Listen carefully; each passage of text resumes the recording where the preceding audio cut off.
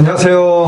반갑습니다. 이번 주 유튜브 영상은 아파트를 처분한 사람, 또 미분양 아파트를 매수한 사람, 언제, 그때가 언제인지는 영상을 통해서 확인해 보시고요. 지금 그 결과가 어떻게 됐는지 한번 보겠습니다. 일반적으로 5060 세대 남성들은 집안 대소사회관에 절대적인 권력을 행사하죠. 그것이 가장으로서의 이제 권위를 유지하는 것으로 생각하고 있고, 배우자에게는 오직 집안 살림 잘하고 애들 잘 키워라, 즉 현모양처가 되기를 바랄 뿐이죠. 또 더 중요한 거는 자산 관리는 절대로 아내한테 맡기지 않는다는 그런 특징을 가지고 있어요. 돈 관리는 물론 자신이 직접 하는 거죠. 아내는 고작 남편이 주는 생활비에서 조금씩 아껴가며 저축하는 것이 자산관리의 전부였죠. 아내의 말을 듣지 않아 자산관리에 실패한 사례는 진짜 수도 없이 많이 봤어요. 제가 그 사례를 오늘 좀 한번 보려고 합니다. A씨는 대기업 임원으로 재직하다 퇴직한 분이에요. 퇴직금으로 받은 돈은 자녀 결혼 자금 등에 전부 사용했대요. 결혼 자금, 또 퇴직하기 전에 대출받은 돈을 갚는 데 전부 사용했고,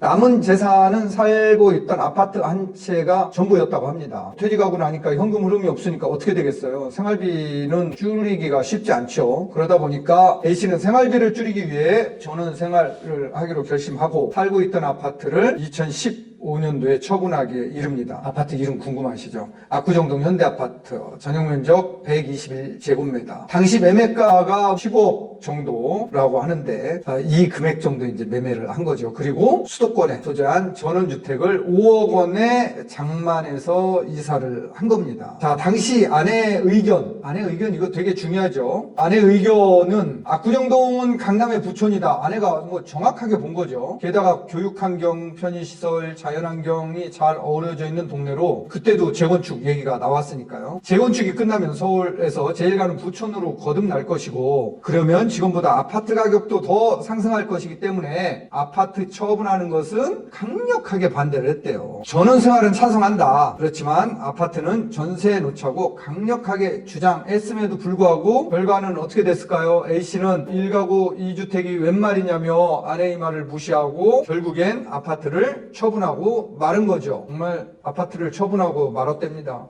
이거 어떻게 됐을까요? A씨가 아파트를 처분했던 가장 큰 이유는 A씨가 이제 대기업 임원으로 재직하다 퇴직한 탓에 경제 상황에 너무나 민감했었대요. 2015년 우리나라 경제 전망을 비관적으로 해석했기 때문에 이런 사달이 벌어진 것 같아요. 이렇게 이제 경제 전망을 비관적으로 보고 있었기 때문에 당연히 아파트 가격도 떨어질 것으로 A씨는 예상을 했고요. 게다가 미분양 아파트가 2015년 6월 말 기준으로 34,000호에서 2015년에는 61,000호에 이르는 막 아주 태산처럼 쌓여가고 있었을 때였습니다. 당시 이제 우리나라 펀더멘탈을 보면은요, 성장률, 물가 상승률, 실업률, 경상수지 이런 것들을 내용을 보면은 2015년도에 성장률은 3.5%, 물가 상승률은 0.7, 실업률은 3.6, 경상수지 흑자는 220억 달러 이상이 전년 대비 경상수지 흑자가 증가를 했었죠. 통화량도 역시 이제 2,000조에서 2,182조 원으로 113조 원이 늘었고요. 이렇게 펀더멘탈 지표가 나쁜 게 없어요. 물가 상승률도 이렇게 떨어지고, 실업률은 0.1%포인트 늘은 거, 성장률도 2014년 대비해서 0.9%포인트가 증가했습니다. 자, 이런 거를 감안하면은 A씨가 너무나 과민 반응하지 않았느냐, 그래서 아파트를 처분한 것을 잘못 판단하고 처분한 것이 아닌가, 이렇게 저는 이제 판단을 하고 있고요. A씨는 지금 화병 날 정도겠죠. 화병 안 나면 그게 더 이상하죠. 그때 아내의 말을 무시하고 아파트를 처분한 것이 무척이나 후회스럽기만 할 뿐이다. 전원주택 가격은 한 푼도 안 오르고 오히려 떨어졌다. 떨어졌죠. 그런데 처분한 아파트 현재 매매 시세, 현재 시세가 얼마냐고요? 41억 원 정도 하네요.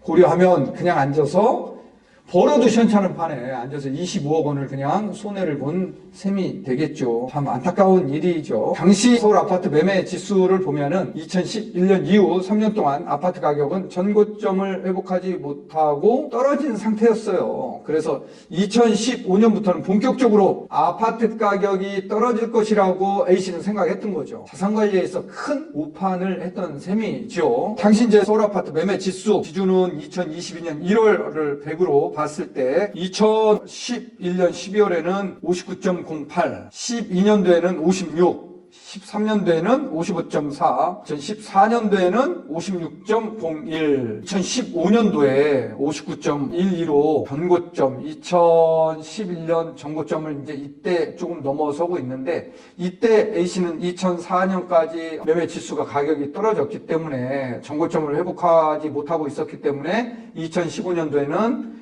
대세 하락이다, 떨어질 것이다, 이렇게 이제 봤던 것이죠. 그게 정말 오판이었죠. 반면 3040 세대 남편들은 아내의 의견 존중 너무나 잘하죠. 아내의 의견을 무시하고 독단적으로 자산관리 하지도 않죠. 대치동에 사는 B씨, 그는 평소 자산관리는 아내와 상의하고 있고요. 현재 살고 있는 레미안 대치팰리스 84제곱미터 분양가가 10억 9,500만 원 정도의 분양을 받은 건데, 아내의 권유로 2015년 당시 미분양 상태였던 아파트를 이제 매수한 겁니다. 현재 매매 시세 31억 정도를 고려하면 어떻게 되는 겁니까? 이게 20억 정도 자본이득이 생긴 셈이에요. 지금은 모든 자산 관리를 그래서 B씨는 아내가 도맡아서 안 됩니다. 아내한테 전적으로 다 맡기고 있다고 합니다. 여러분도 한번 생각해 보세요. 이 미분양 아파트 당시 여기만 미분양 아파트가 있었던 게 아니라요. 레미안 대치팰리스만 반포에 보면 아크로 리버파크 있죠? 이것도 미분양이 났었어요. 자, 이런 것들 지금 가격 얘기하면은 정말 어떻게 됐을까요? 당첨이 됐는데도 계약을 포기한 사례. 이런 것들이 너무나 많잖아요. 예. 뭐 가까운 올 1월에도 둔천 주공 아파트 분양 당첨됐다가 계약 안 하고 취소한 사람들 많죠? 지금 어떨까요? 예. 자, 우리는 과거의 사례를 통해서 오늘의 의사결정을 정확히 해야 될 필요는 있을 것 같아요. 그래서 참 안타까운 일이 A씨한테는 발생을 했고, B씨한테는 정말 의사결정을 당시에 잘했던 거죠. 결혼 10년 차가 돼도 내 집 마련에 허둥대는 사람들이 있고요. 반면 결혼 4, 5년 차 안에 내 집 마련을 거뜬히 아는 사람들도 있습니다. 자, 이것은 부동산 시장은 지역적으로 편차가 심하다는 사실을 아는 사람과 모르는 사람의 차이이죠. 대체로 아내가 더 부동산 시장에 관심이 많고 지역적인 특성을 고려해 현실을 정확하게 파악하고 있죠. 그래서 아내가 앞장서면 내 집 마련은 빨라지고 실패할 확률은 줄어들게 되는 겁니다. 현실을 모르는 사람은 꿈에 취해 있을 수밖에 없다라는 카이샤르 얘기를 간과하지 말아야 될 것 같아요. 거시경제 상황만 고려하고 지역적인 특성을 무시하면 내 집 마련은 늦어지고 자산관리는 분명 실패할 수 있겠죠. 조심해야 된다는 얘기예요. 내 집 마련은 여러분들 어떻게 생각해요? 경제를 많이 알거나 돈이 많다고 해서 성공하는 거 아니에요. 특히 부동산 시장에서 남성보다 여성의 힘이 세죠.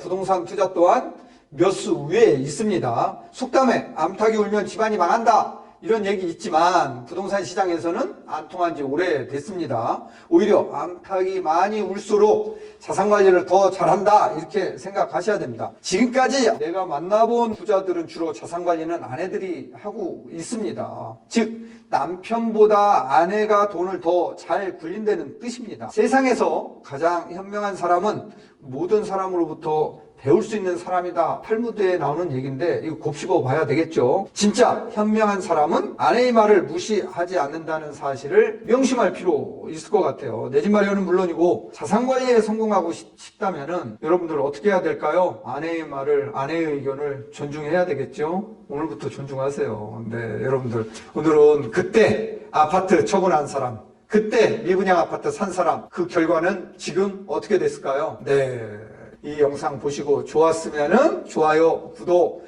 꼭 눌러주세요. 다음 영상에서 또 뵙겠습니다.